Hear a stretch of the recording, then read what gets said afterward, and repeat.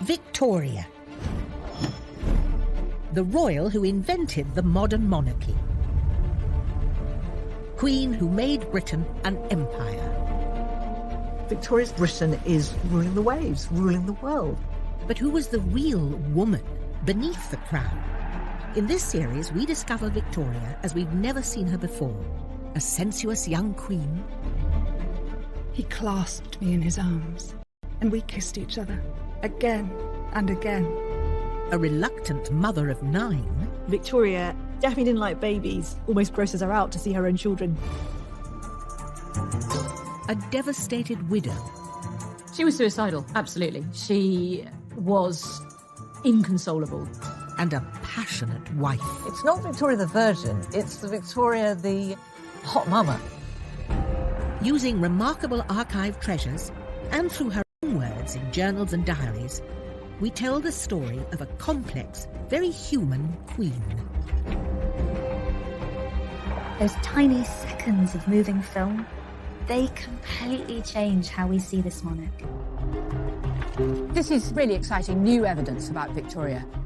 We think we know everything, but we don't. This time, Victoria is left a widow after the death of her beloved Albert.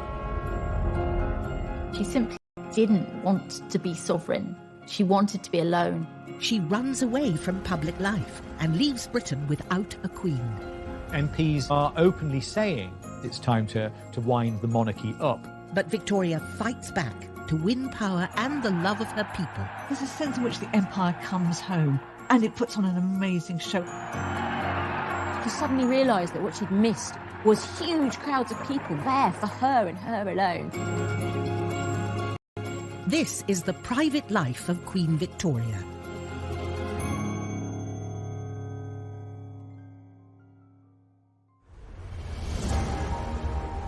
After 60 years on the throne, a regal Queen Victoria celebrated her Diamond Jubilee. Victoria was now the ruler of an empire that spanned the globe.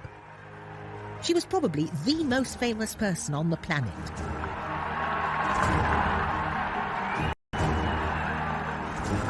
A mother to 7 grown-up children, many married into Europe's leading royal dynasties.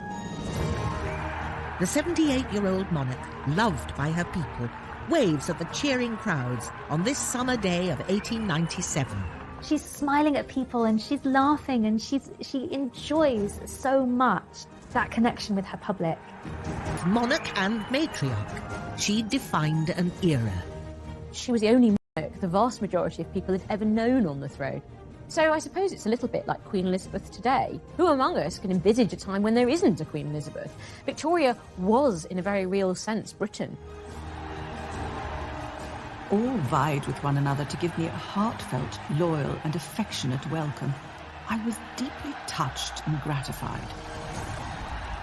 The Jubilee had been a moment of triumph. But after the death of her husband Albert 36 years earlier, it had seemed unlikely a day like this would ever come. The death of Albert on the 14th of December 1861 sent shockwaves through the country. In London, the bells of St. Paul's rang out, signalling a national crisis. Britain was in mourning for the prince. It was an absolute shock. The man was only 42. It's a little bit like Princess Diana's funeral. A sense that there's an absolute sea change, that something important has happened. And while the nation mourned, Victoria was tortured by grief. She had lost the love of her life, she'd lost her partner, her friend. In her diary, she wrote, "To lose one's partner in life is like losing half of one's body and soul. It's like death in life."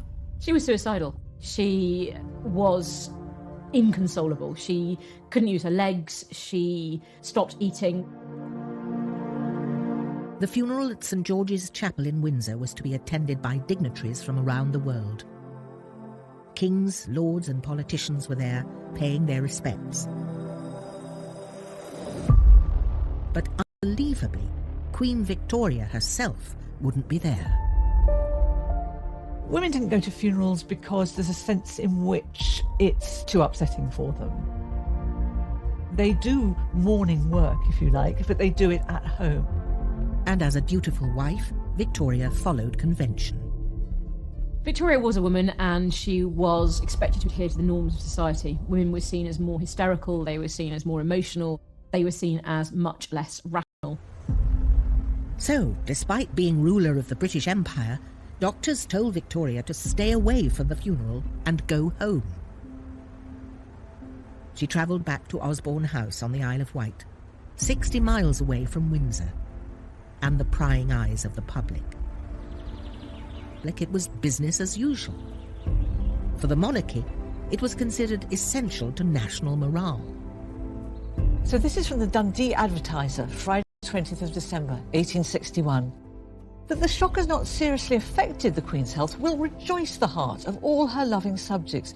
Indeed, so favourable is the state of her health considered to be that no further bulletins are to be issued. So basically what this is saying is, don't panic, Britain, the Queen is absolutely fine. Except we know she really, really wasn't. While she mourned on the Isle of Wight, the state funeral to bury her husband began at the chapel in Windsor.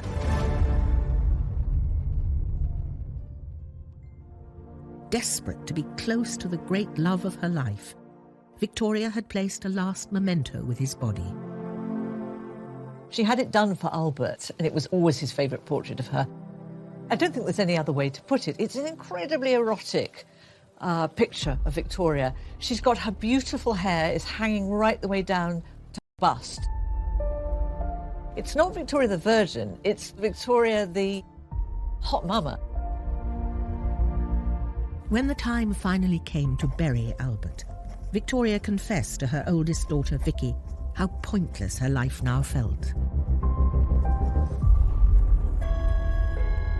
It is 1 o'clock, and all is over. But oh, only to have feelings of utter broken-heartedness, utter despair of the life I am to lead.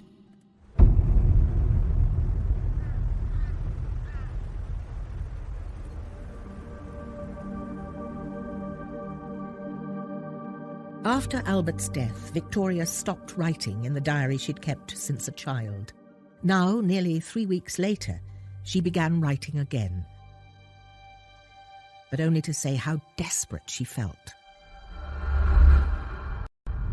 I have been unable to write my journal since the day my beloved one left us, and with what a heavy, broken heart I enter on a new year without him. Victoria hadn't only lost her soulmate, but her great support, and now she'd have to manage alone, a widow queen without Albert by her side. She kept his room exactly as it was when he died, right down to the little glass that he'd used to take his medicine from. That remained in the room. The servants would come in every morning to lay out fresh towels, fresh clothes, and the hot water for him to shave with. The children were not expected to be merry and to do the sorts of things that children did, occupying her.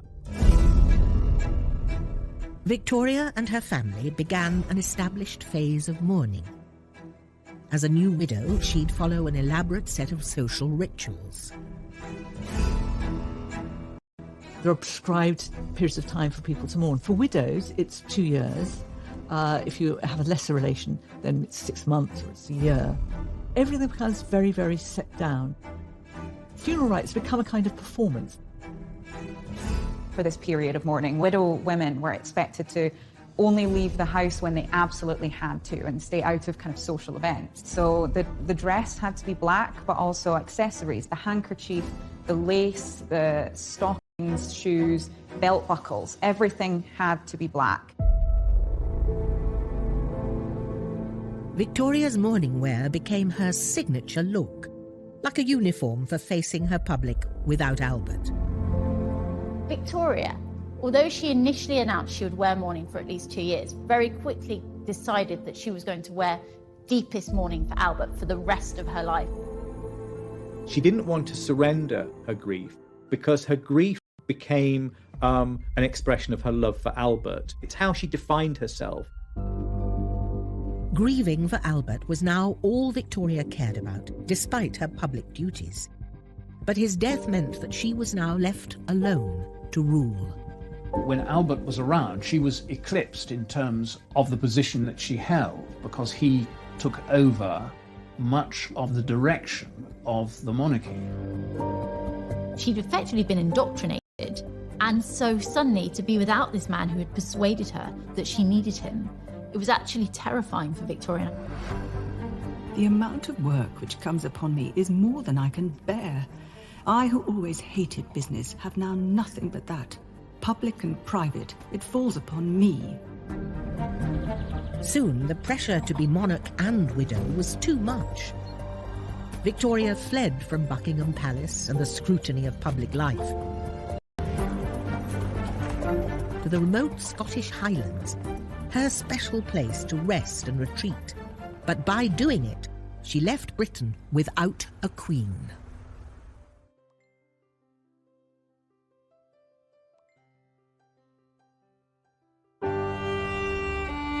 Overwhelmed by the death of her beloved husband, Albert, Victoria had abandoned her duties as queen to grieve in private. She escaped to her Highland retreat, Balmoral, the castle they'd built together. It's a big statement of withdrawal to go so far away from London. You know, this is a long way. She simply didn't want to be sovereign. She wanted to be alone.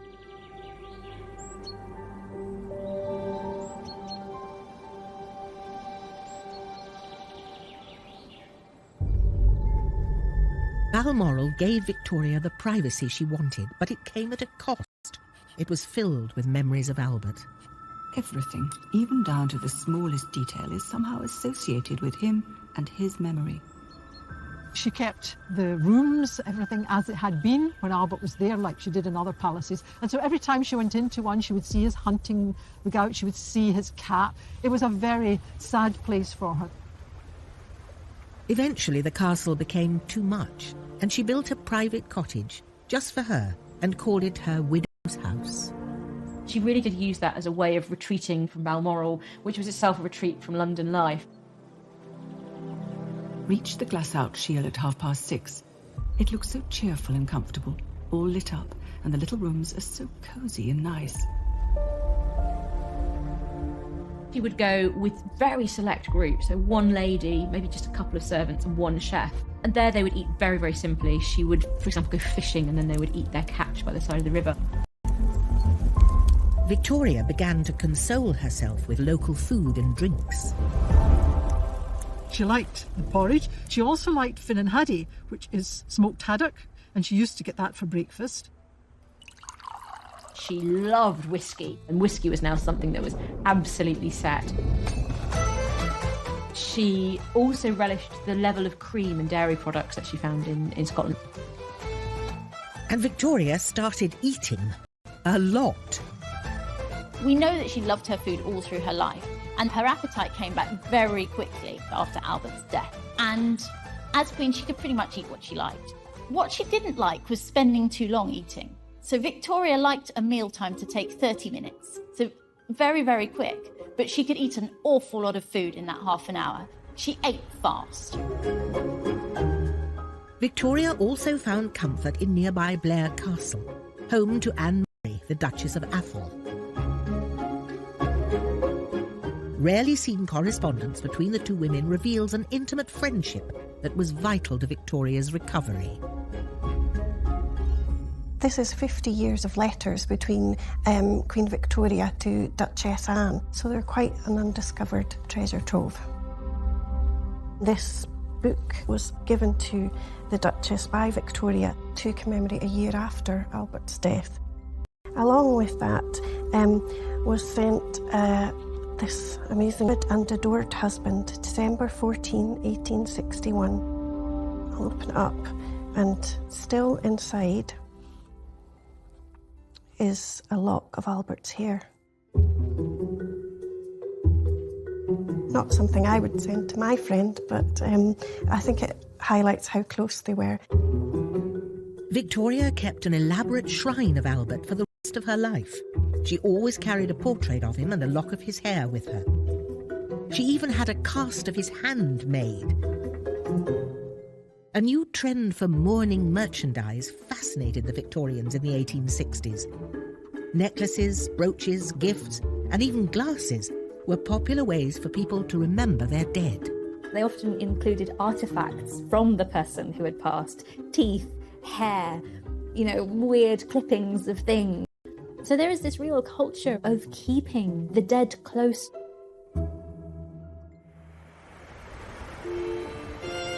Victoria stayed in the Highlands well beyond her official 2-year period of mourning, returning only occasionally to Osborne House or Windsor to see the family. The magic of the Highlands and the escape from her public life and duty suited the Queen. Our beloved Balmoral, with its glorious scenery and the air, its solitude and absence of all contact with the mere miserable frivolities and worldliness of this wicked world. But after more than 20 years of marriage, Victoria felt increasingly alone, and she began to crave male companionship. I am, alas, not old, and my feelings are strong and warm. My love is ardent. There's a desire for a strong manly presence who will look after her as if she is the delicate creature that she feels herself to be.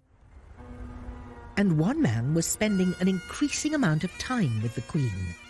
He was a Balmoral servant called John Brown. He was tall, curly blonde hair and good-looking broad shoulders, and Victoria was a sucker for someone that looked a bit like that. He looked a real Highlander. John Brown took Victoria fishing and riding. He even carried her to and from her horse. And as they grew closer and closer, she decided to promote him. I have now appointed that excellent Highland servant of mine to attend me always and everywhere out of doors. But not everyone shared Victoria's enthusiasm for her Scottish servant. John Brown is not a likeable man, but as far as everybody else was concerned, he was a drunken bore.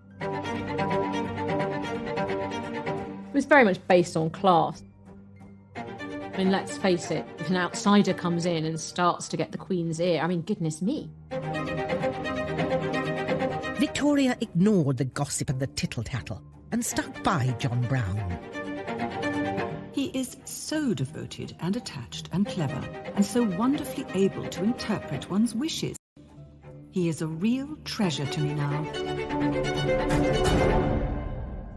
They would go out sitting on hillsides in the rain, drinking whiskey together. They would also have an awful lot of private time together. The little cottage that she built for herself.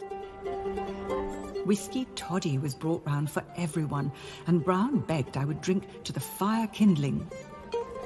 I mean, John Brown clearly feels that he has license to say anything to the Queen.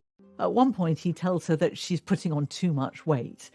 And instead of being completely offended, she takes that on board. He gave her something nobody else was giving her, which was an honest view. I think he sort of shocked her out of herself in some ways. She could be who she wanted to be with him. Albert's death had left a huge hole in her life, and John Brown filled it. Often I told him no one loved him more than I did or had a better friend than me, and he answered, nor you than me. No one loves you more.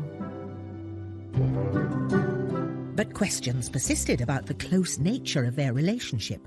The rumour mill went into overdrive, and there was only one thing on everyone's mind. When people talk about the John Brown thing, the thing they always fixate on is sex. They really feel that she is probably shacked up with John Brown, having delicious Highland sex. I mean, people's fantasies run riot. We thought she was in mourning. We thought she did nothing but weep over Prince Albert. It turns out that she's been having a very nice life, thank you very much, in secret. Victoria's retreat from public view lasted for much longer than the 2 years people were expecting, and her constant refusal to take part in public ceremonies was causing concern. As if to reassure for the nation that she was a dutiful queen, she commissioned Sir Edward Landseer to paint a portrait of her as a widow. But the painting didn't have the desired effect. In fact, it backfired, and when it was shown, her popularity took another dive. So this painting failed because it's trying to say so much, but it isn't answering the question that's being asked. She's for abandonment of duty. She tries to signal her continuing work in a series of ways in this painting. She's working on matters of state. She has her letter in her hand. She has stopped to deal with this rather urgent matter mid-pony rides because it's so important, the work that she is getting on with. She also suggests that she's keeping up with her motherly work. We have an image of two of her daughters very content in the background. But the public didn't want a painting. They wanted to see their queen in person. By the mid-1860s, her ministers and even her own family were becoming frantic about her absence. And people started to ask, was she even fit to rule?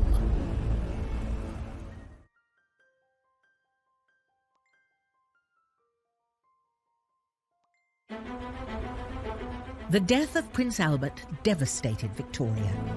Consumed by grief, she locked herself away in Balmoral, far away from her subjects and her royal engagements. But after 5 years of mourning, the country had had enough.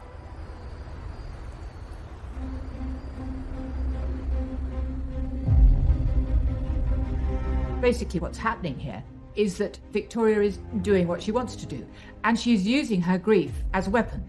Because when people say you ought to spend more time in London and you ought to be seen, she says, I can't possibly do it. My nerves are so awful. It's something that she could put up as a defence when she doesn't want to do something. And it's difficult to challenge a widow, isn't it, really? The goodwill that she and Albert had built up was fading fast, and her demand for isolation was making her seem out of touch, or even worse, as if she didn't care about the nation and her people. There was increasing criticism of Victoria. So it became very apparent that it was Victoria who didn't want to fulfill the public role of sovereign. Victoria was the first female monarch in over 100 years. But increasingly in the 19th century, work among the middle and especially the upper classes became the province of men. Women were expected to stay at home.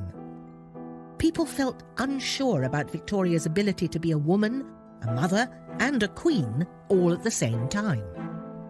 It reanimates, I think, all those anxieties from the beginning of the reign, which is this is what happens when you have a queen rather than a king. If you have a king, he will have certain constitutional duties and he will feel obliged to do them. He may do them badly, but he will feel obliged. The queen will somehow invoke her right to be a private woman, to be a mourning widow, to be just not able to cope at the moment, will be allowed to be a woman at home. And there's a real sense in which, duties was helping to fuel a new and energised clamour to get rid of the monarch. There are radical politicians, MPs in Parliament, who are openly saying that perhaps it's time to wind the monarchy up. Yet Victoria remained hidden away in Balmoral, dressed in her black dresses, stubbornly refusing to carry out the duties of state. Victoria very much ignored the problem. She didn't want to be told that her conduct was causing her unpopularity. A rare diary, kept in the Royal College of Physicians in London, reveals how the Queen's inner circle felt about her behaviour. The journal belongs to Sir James Clark, the Queen's doctor and confidant, and it shows how concerned he was about her. This is what Sir James Clark wrote in his memoir in December 1865. He's talking here about Prince Albert. And he says, by his premature death, the prospects of the monarchy are bad indeed. No one who knows the character of the Queen and the heir apparent can look forward to the future without seeing troubles in that quarter before us. Sir James Clark here is giving an incredibly pessimistic prediction for the future of the monarchy. He's anticipating political criticism of the monarchy, possibly that she is not giving the taxpayer any value for money. And the fact that this man is making comments that are not entirely loyal, or at least that are not supportive, I think Shows really how serious the situation had become. After almost 6 years trying to avoid the public and her official duties, the Queen relented and agreed to open Parliament in 1867. And the weather that day seemed to reflect her mood. It poured, and the poor people, of whom there were great members out, must have got very wet. But when she came face to face with her people, she didn't get the reception she'd hoped for. She probably expected that the crowds would be glad to see her, but she was very, very shocked that she was hissed by the crowds. She'd never had that before. Altogether, I regret I went. There were many nasty faces, and I felt it painfully. At such times, the sovereign should not be there. The incident made Victoria realise that her relationship with the public was broken, and that she had to find a way to reconnect with her subjects. She decided against giving a speech or organising a public event. Instead, leaves from the Journal of Our Lives in the Highlands. It was a series of extracts from her diaries covering the time she spent hidden away in Scotland. The idea was that this would explain her absence, give the public the chance to understand why she needed to get away, and hopefully encourage them to forgive her.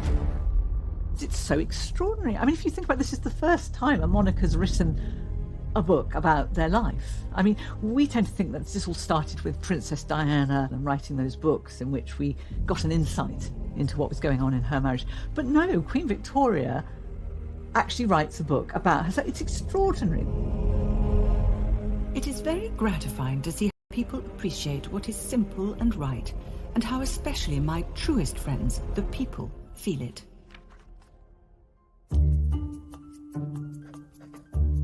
Victoria was really proud of her book and wanted to show it off to those she admired, particularly her favourite writer, Charles Dickens. He agrees to meet her, and she very coyly gives him a copy of her book and says something along the lines of, "Mr. Dickens, I know I'm really a patch on you, but, please accept this." And he has to do a sort of smirk through gritted teeth. But he thinks the book is, he calls it preposterous. Although Dickens was not a fan of the book, the public snapped it up, and it sold more than 18,000 copies. The letters flow in, saying how much more than ever I shall be loved, now that I'm understood. Her book had achieved its objective. Victoria was back, and she intended to seize this new goodwill and run with it. But in 1871, just as she was getting back on her feet, she received devastating news.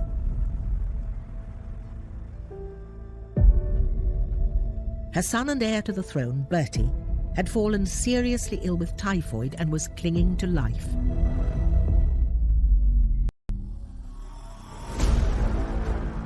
Typhoid was a waterborne disease and was common in Victorian Britain. It claimed thousands of lives each year. It hit working classes the hardest, those with poor access to clean water, but it didn't spare the royal family. When she heard the news about Bertie, Victoria rushed to her son's bedside at his home in Sandringham. We know from the diary that she was there with him most days, watching him, and he's not always lucid, and she was very concerned about his health. Kissing and stroking his arm. He turned round and looked wildly at me, saying, "Who are you?" And then, "It's Mamma." "Dear child," I replied. To make things even harder for Victoria, Bertie's illness coincided with the anniversary of Albert's death. It looks as though Edward may die on the very day that Albert died. It's exactly 10 years. There starts to feel something very, very mythic about it, as though this is how the gods are going to play out this game. Petrified, all Victoria could do was wait as the deadly disease ran its course. Outside the palace, the nation was also waiting and watching, desperate for news of the future heir. And as they waited, what they saw was their queen as a caring mother, tending to the needs of her sick child. By looking after Bertie, she was looking after both her son and her heir, and that was the work of both the Queen and the mother. And so this was her being sort of constantly there. It really touched a lot of people. Finally, on the anniversary of Albert's death, Victoria received some good news. It seemed hardly possible to realise the day and to feel that on this very day, our dear Bertie is getting better instead of worse. Victoria seized the opportunity to share the news of his miraculous recovery and her joy as both a mother and a monarch. It seemed like a message from Albert that this was her moment, and she took it.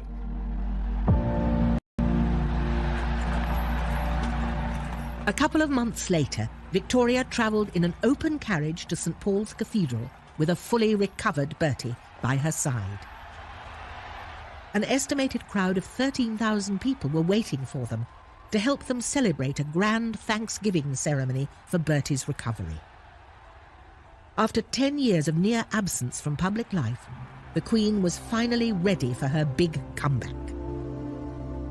Though still in morning dress, her outfit for the occasion didn't go unnoticed. A corded black silk dress trimmed with white fur and a jacket to match. On her head she wore a bonnet with black and white feathers and white flowers. She was dressed to impress. Victoria took a central role. She entered St Paul's Cathedral, and it must have been such a big deal for her. The last time that she'd really appeared in public, she'd been hissed by the crowds. She was anxious about being seen. She'd changed a lot in the 10 years, but... I saw the tear in Bertie's eyes and took and pressed his hand.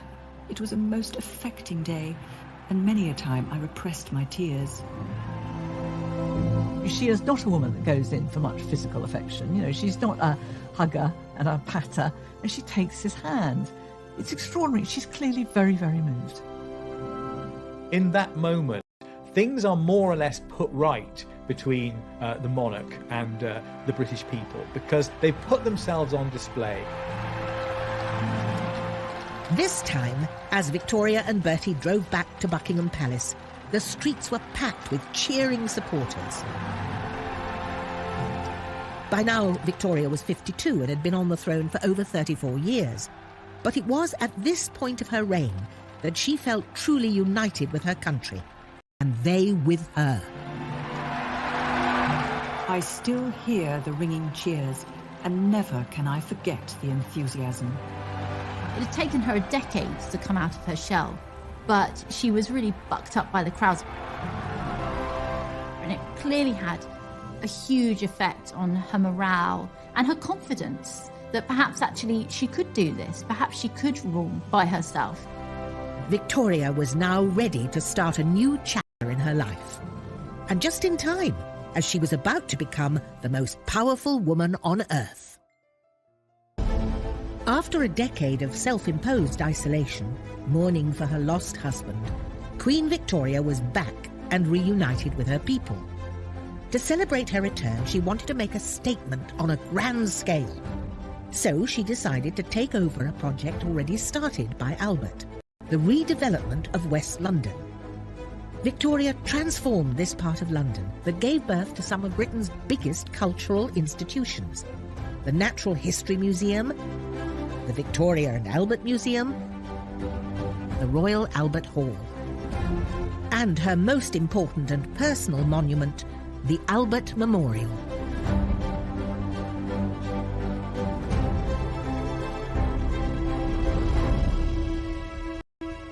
After the dreadful calamity of December the 14th, I desired that dearest Albert's statue should surmount it. Victoria inaugurated the Albert Memorial in 1872, and its design was her husband as she remembered him. The memorial is really magnificent. The bronze figures and mosaics are all beautifully executed. You see him here looking incredibly just masculine. He's got these gigantic thighs and then the kind of thick, muscular shins. You see him kind of casually leaning with his legs spread, sat under the shelter of this rather large phallic structure. The memorial commemorated her great love, but it was time for her to move on. By this point in her reign, Victoria had been queen without Albert for almost as long as she'd ruled with him. The support of her people now gave her the confidence to shape her own destiny. And by placing the continents around the memorial, she was making the point that she was a powerful global ruler. So this is the British imperial moment. This is the moment where Britain goes from being a northern European country to being this vast global power. During Victoria's reign, stretching from Canada to Australia and Africa, it was said that the sun never set on the British Empire. And Victoria was at its head. The 1870s are really a time where England and London are becoming really confident in their power and their success and their cultural influence. So it's a time of great fashion, it's a time of great music and excitement and arts and culture. And so there's this real belief that the empire is doing an awful lot of good for the people at home. There was one country in the empire that was having a particularly strong influence on Victoria: India.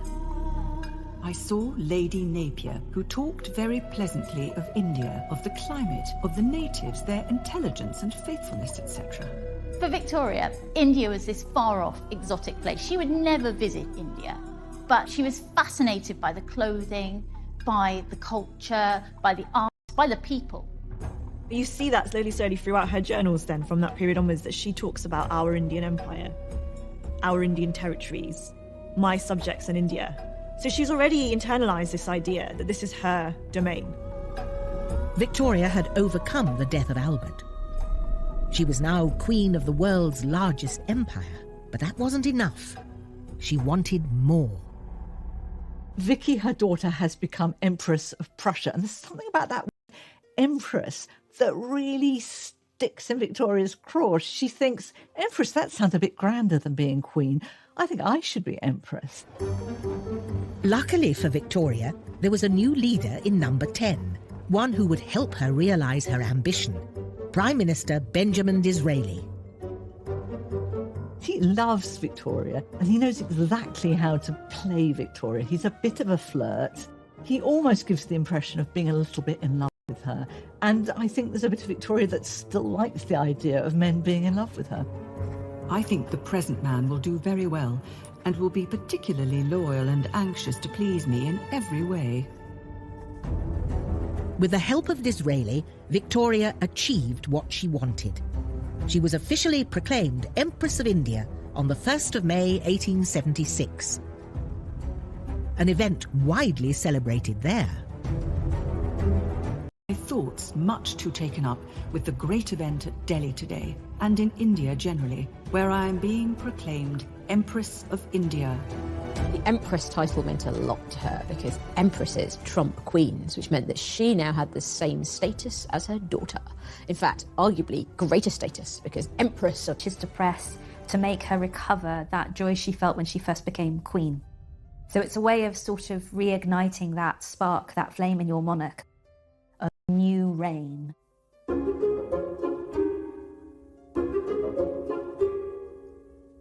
Re-energised as Empress of India, Victoria embraced a new confident style and image.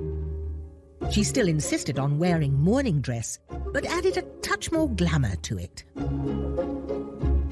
In the earliest widow's wear, she wears these very plain, very harsh dresses, completely black down to the details, and very little ornament. And there's something so heavy.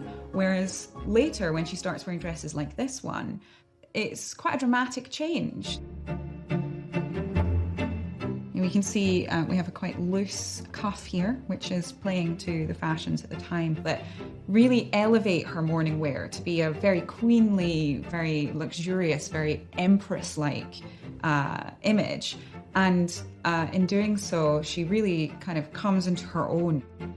This mannequin is one designed for one of Victoria's mourning dresses, and consequently is in her proportions. And it really shows you just how small she was in a certain way. You know, I'm not tall, and here I am towering over her. Victoria was now an older lady, a little stout and just 4 foot 11 inches tall.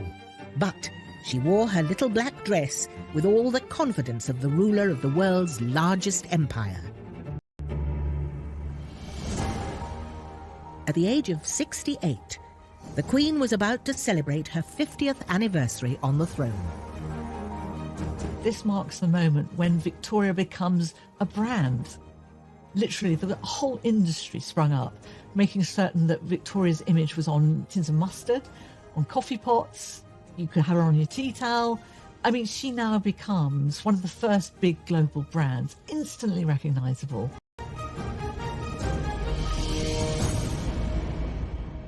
But while the whole world was getting excited about the Jubilee preparations, Victoria wasn't in the mood to celebrate. The day has come and I am alone.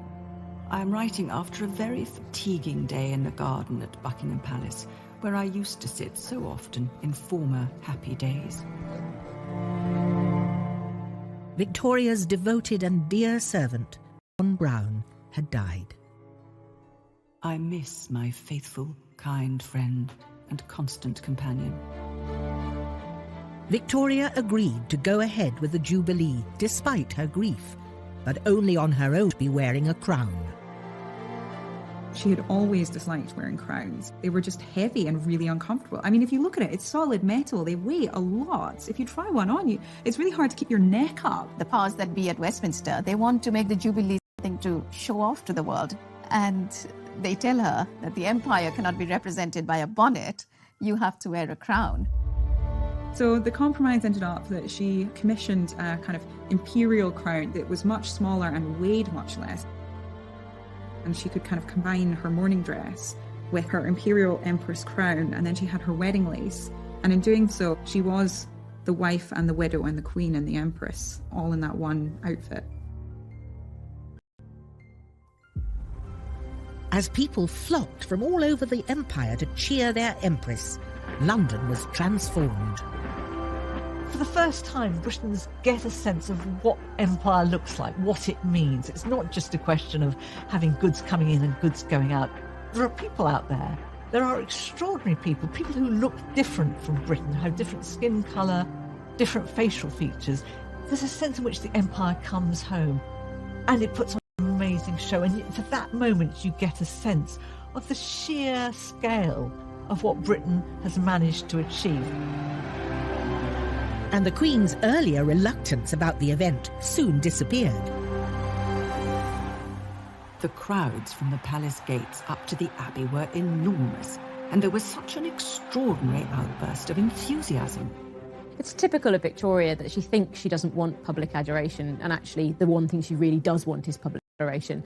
So when the crowds came out, she suddenly realised that what she'd missed was huge crowds of people there for her and her alone. The decorations along Piccadilly were quite beautiful, and there were most touching inscriptions. Victoria's always a sucker for love. That sense of, they like me, no, they love me, was absolutely intoxicating to her. This never-to-be-forgotten day will always leave the most gratifying and heart-stirring memories. The Queen had fought back. Once again, she had power and popularity. But a new friendship was about to threaten her crown. Following the glorious Golden Jubilee celebrations in the summer of 1887, Queen Victoria was now a powerful queen. To celebrate her new Empress title, she was overwhelmed with gifts from all over the world. And something unexpected came from India. 2 young men to serve at Her Majesty's pleasure. They are dressed to the nines, have these grand turbans, and their sole purpose is to stand behind her and sort of represent the Indian Empire. The 2 new servants, before they serve, they come and they kiss her feet. And Abdul Karim, he's been told that you have to walk backwards, you must not look at the Queen. And of course, what do you do when you're told don't look up? He looks up. The one, Mohammed Baksh, very dark, with a very smiling expression, has been a servant before. And the other, much younger, called Abdul Karim, much lighter, tall, and with a fine, serious countenance. She dismisses Baksh in one sentence and writes a lot more about Karim. So we know right from the start, he's got her eye.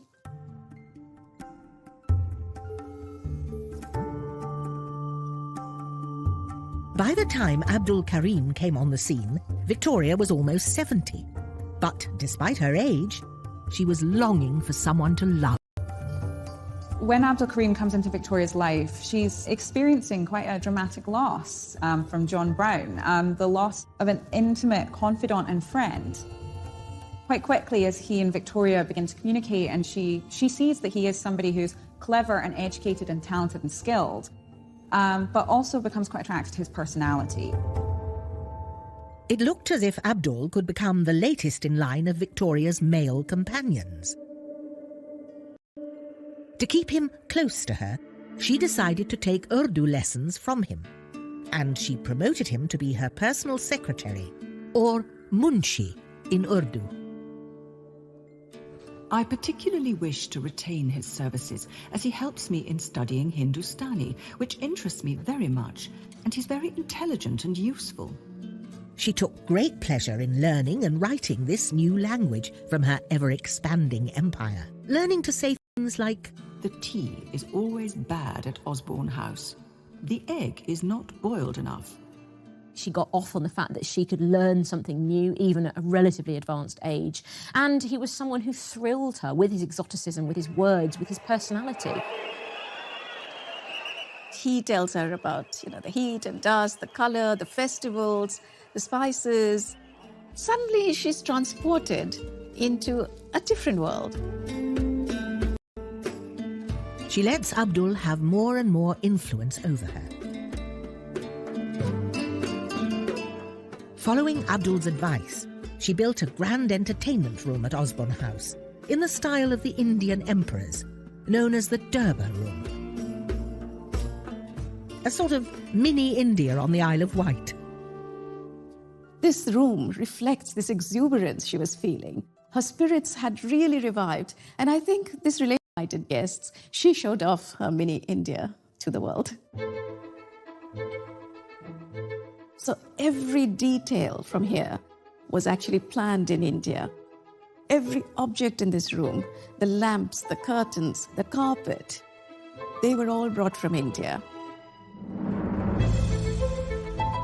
The room looked very fine, with the chimney piece finished and surrounded by a beautiful peacock with a spread tail. Victoria used the room to entertain guests from all over the world and remind them of her status as Empress of India. So this beautiful book is the ledger of all the menus of the lunches that were done in Osborne House. So let's open it up a bit. There we go. Wow. It's heavy. So this is the lunch menu from Sunday, the 13th of February. And it's got lots of items listed on it. Some are in French. But here we have the very special item that was one of Queen Victoria's favorites, and it's Indian chicken curry. And this was served nearly every day. The other favorite was dal, which was also served, so she was the original curry fan. Does show her interest in food, her adventurousness, and her open-mindedness as well when it came both to food and to cultures which were not her own. Victoria loved her food, and her new fondness for curry became a national obsession. We do see that real curries, that real taste, real spice, how to cook them, starts to make its way from Victoria's court out into the general public. And people like Eliza Acton, who publishes a very famous cookbook for housewives, especially for middle-class housewives, starts to include recipes for how to make your own curry.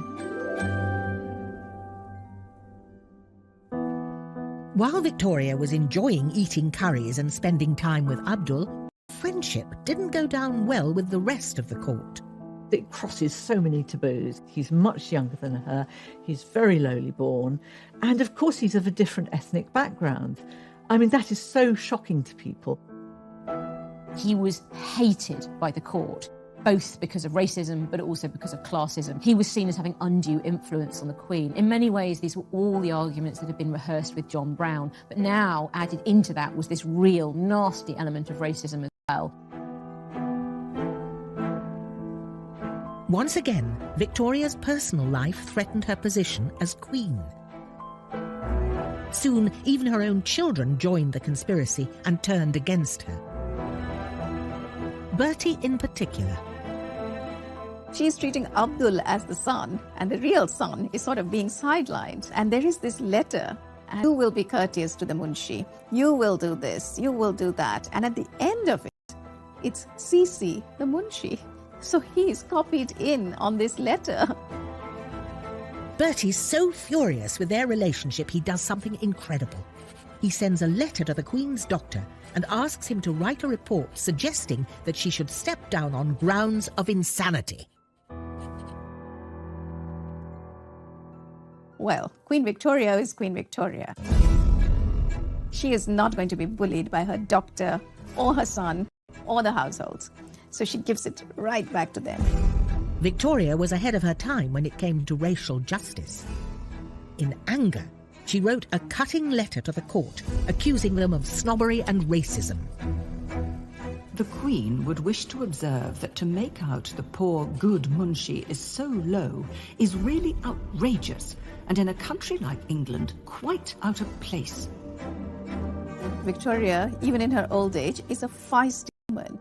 I think she is enjoying this, this clash she's having with her son, with the household.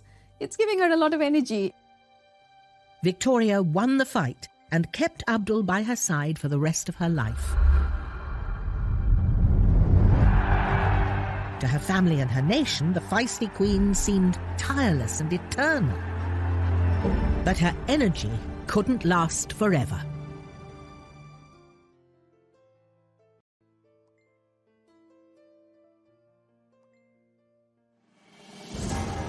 At the turn of the 20th century, Queen Victoria became the longest-serving monarch Britain had ever seen, as she celebrated over 60 years on the throne.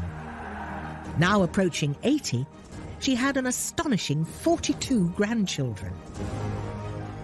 She was fully embracing the image of grandmother to her family and her nation, and was enjoying unprecedented popularity.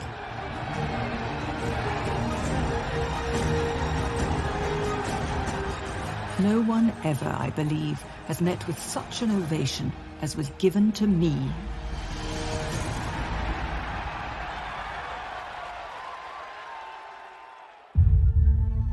Finally, she was successfully combining her roles as monarch and matriarch. There's a new way of being queen. She's freer now as an elderly woman. There's nothing is expected of her. All the early battles are won, and there's a sense in which all she has to do now is relax and kind of claim that popularity. Some remarkable footage taken during a visit to Dublin. What we have here is truly amazing. She's an old woman, but she's still engaging with the crowds. She's seen so many crowds during her lifetime, but their love continues to please her. I can never forget the really wild enthusiasm and affectionate loyalty displayed by all. Those tiny seconds of moving film, they completely change how we see this monarch. She's not dull and boring and a woman trapped in grief who has no joy in life. She's someone who loves the people that are around her and connects to them in a very human way. By this point in Victoria's life, she has already defined an era. She has spanned a century almost. Even by this stage, people know it as the Victorian era. She's an icon. Victoria is so fascinating because her life was so long and so much happened within it. It was a very influential era, the Victorian era. I mean, we went from essentially an agrarian economy with limited industrialisation to something very much more akin to the modern world we see today. Britain found it impossible to imagine a world without Victoria because she had always been there. So in a sense, it's not just that she becomes part of the furniture, she kind of is the world. But the world was about to crumble. As the winter of 1900 approached, only a few months after her Dublin visit, Victoria started to feel ill.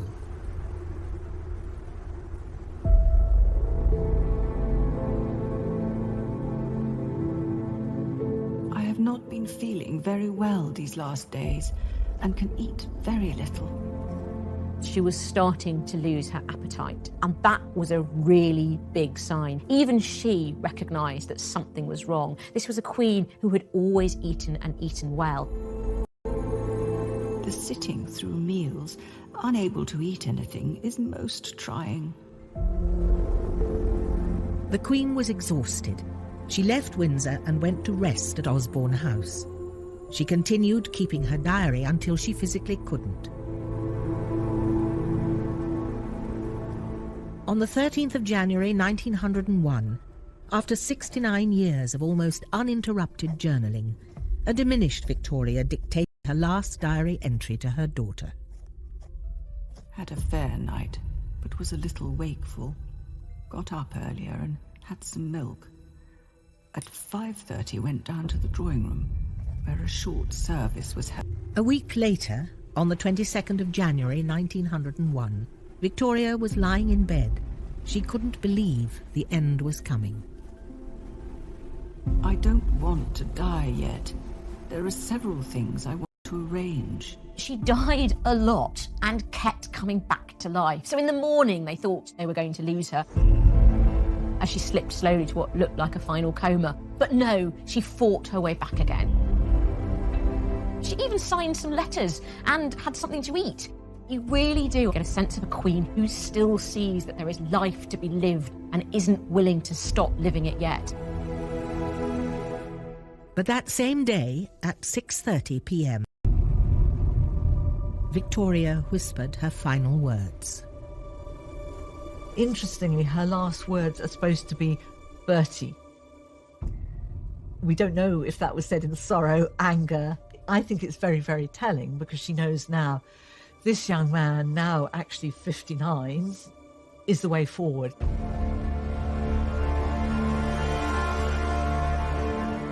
There were reporters hanging around outside the gates of Osborne House shouting that the Queen is dead. The news of the Queen's death shook the world.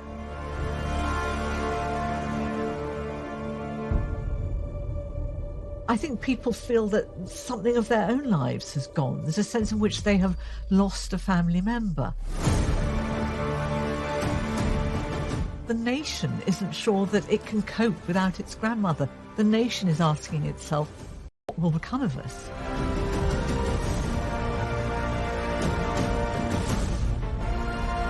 It was a great break in history. People were aware of it, just as they were aware when 9/11 took place. This was, I think, visible in the tributes that were paid to her. Everybody wearing black. Even the prostitutes wore black. The world was in mourning, just as Queen Victoria had been for half of her life.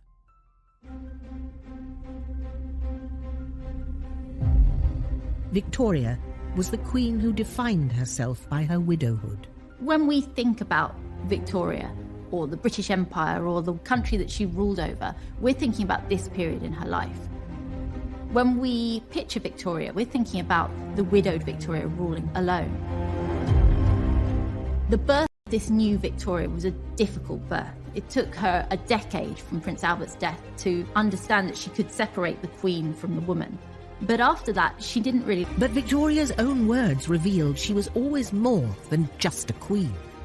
She was a princess, a wife, a mother, and a widow. A ruler and an empress. One of the most iconic monarchs Britain has ever seen.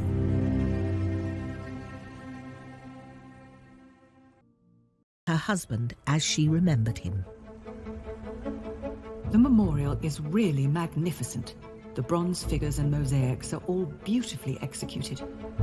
You see him here looking incredibly just masculine. He's got these gigantic thighs and then the kind of thick, muscular shins. You see him kind of casually leaning with his legs spread, sat under the shelter of this rather large phallic structure. India. I saw Lady Napier, who talked very pleasantly of India, of the climate, of the natives, their intelligence and faithfulness, etc. For Victoria, India was this far-off, exotic place. She would never visit India, but she was fascinated by the clothing, by the culture, by the art, by the people. You see that slowly throughout her journals then, from that period onwards, that she talks about our Indian empire, our Indian territories, my subjects in India. So she's already internalized this idea that this is her domain. Victoria had overcome the death of Albert.